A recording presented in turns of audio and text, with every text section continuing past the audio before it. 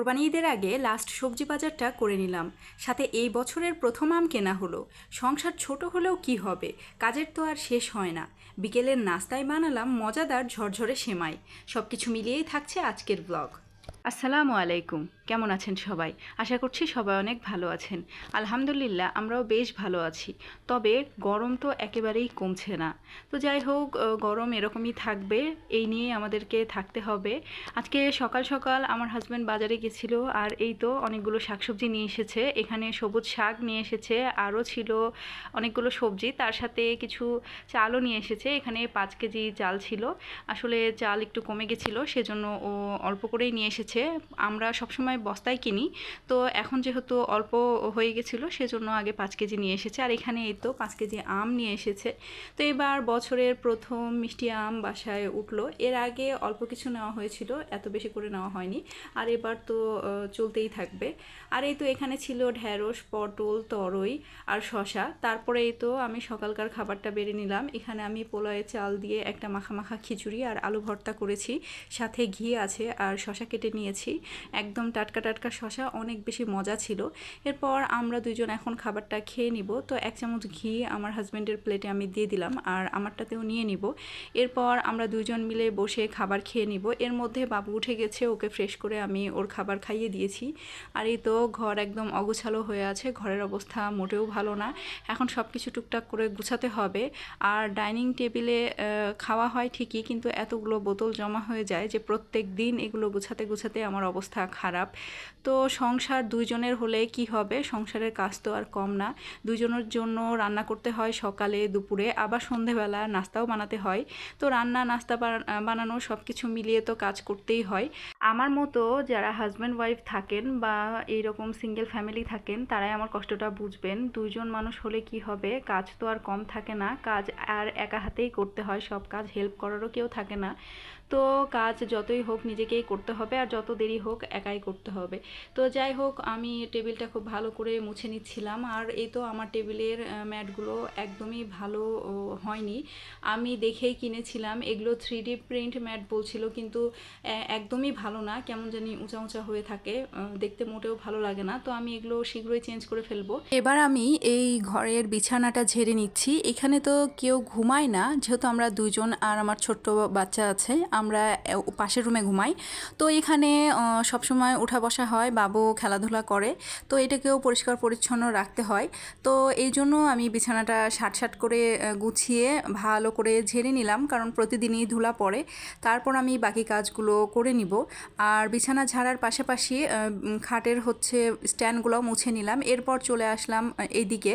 এখানে এসে আমি ফ্রিজের মাথার উপর যে ফুলটা আছে ওইটা একটু ভালো করে ঝেড়ে নিলাম। তারপরে এখানে আমি ফ্রিজের মাথার উপরটা একটু ভালো করে পরিষ্কার করে নিচ্ছি। এই কাজগুলো প্রতিদিনই করা হয়, কিন্তু এর পরেও এত ধুলা পড়ে যে একদিনও বাদ দেওয়া যায় না, প্রত্যেক দিনই এগুলোকে ঝেড়ে মুছে পরিষ্কার করতে হয়। তো আমি পানির ফিল্টারটাও পরিষ্কার করে নিলাম, আর বোতলগুলো গুছিয়ে রাখলাম। এরপর আমি পাশের রুমে চলে আসলাম, আর এখানে এসে আমি ড্রেসিং টেবিলটা আগে মুছে নিচ্ছি। আমার ড্রেসিং টেবিলে মোছার বেশি স্পেস নেই, মানে বাহির দিকে। তো এই অল্প একটু জায়গায় এটা একটু ভালো করে মুছে নিচ্ছি।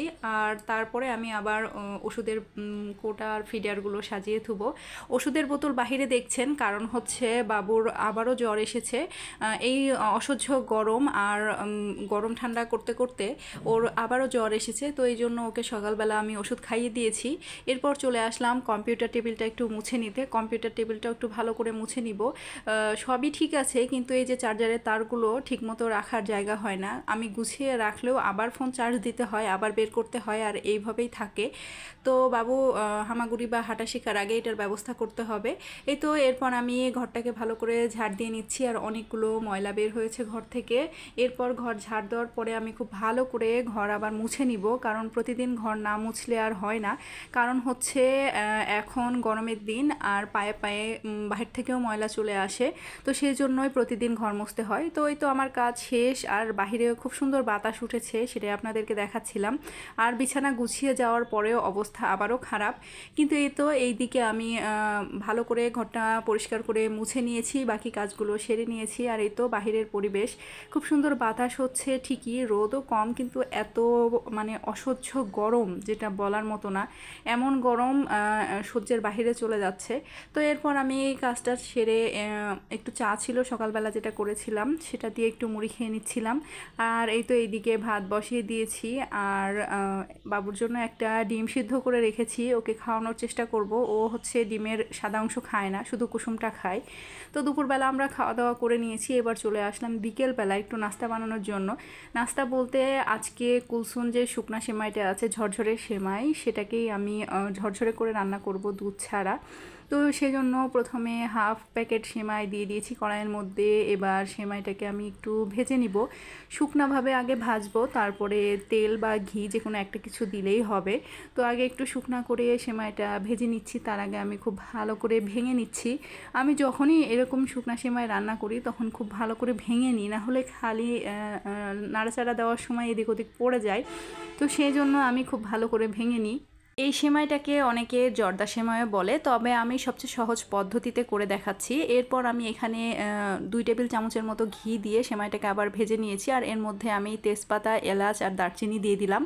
এর মধ্যে আর কিছুই দিতে হবে না, এখন চিনি আর পানি দিয়ে এটাকে ভালো মতো রান্না করতে হবে। খুব বেশি পানি দেওয়া যাবে না, তাহলে সেমাইটা একেবারে ভর্তা হয়ে যাবে। আর একটু ভালো করে ভেজে নেওয়ার কারণে সেমাইটা ভর্তা হওয়ার সম্ভাবনা কম হয়, সেজন্য আমি একটু ভালো করে লাল লাল করে অনেকক্ষণ সময় নিয়ে ভেজে নিচ্ছি। তবে চুলার জাল খুব বেশি জোরে দেওয়া যাবে না, তাহলে সেমাই আবার পুড়ে যাবে, যেহেতু অনেক চিকন চিকন, আর নিচ থেকে পুড়ে যাবে, ওপর থেকে সেমাইগুলো ভাজা হবে না, দেখতে খুব খারাপ লাগবে, আর খেতেও অনেক তিতা তিতা লাগে। সেজন্য আস্তে করে চুলার জাল দিয়ে সময় নিয়ে ভেজে নিতে হবে। এরপর আমি দিয়ে দিলাম হচ্ছে পরিমাণ মতো পানি। আমি পানিটা একবারে দেই না, মনে হয় যে একবারে দিলে হয়তো বা বুঝতে পারবো না আর সেমাইগুলো গলে যাবে, সেজন্য আমি অল্প অল্প করে পরিমাণ অনুযায়ী পানি দিই। আর যেহেতু চিনি দিব, আর চিনি থেকেও তো পানি উঠবে, তো সেটা দিয়েই রান্না হয়ে যাবে। তো এখানে আমি এই তো 1 গ্লাস পরিমাণ পানি দিয়ে দিলাম, আর এর মধ্যে এখন চিনি দিয়ে নাড়াচাড়া করে নিয়েছি। এখন এই তো সেমাইটা পুরোপুরি সিদ্ধ হয়ে গেছে। এখন এই তো গায়ে গায়ে যেটা লেগে আছে সেটা হচ্ছে কিছুক্ষণ পরে ছেড়ে যাবে, নাড়াচাড়া দিলেই ঠিক হয়ে যাবে। তো এই ছিল আমার ছোট্ট একটি ব্লগ। সবাই ভালো থাকবেন, দেখা হবে নেক্সট ভিডিওতে। আল্লাহ হাফেজ।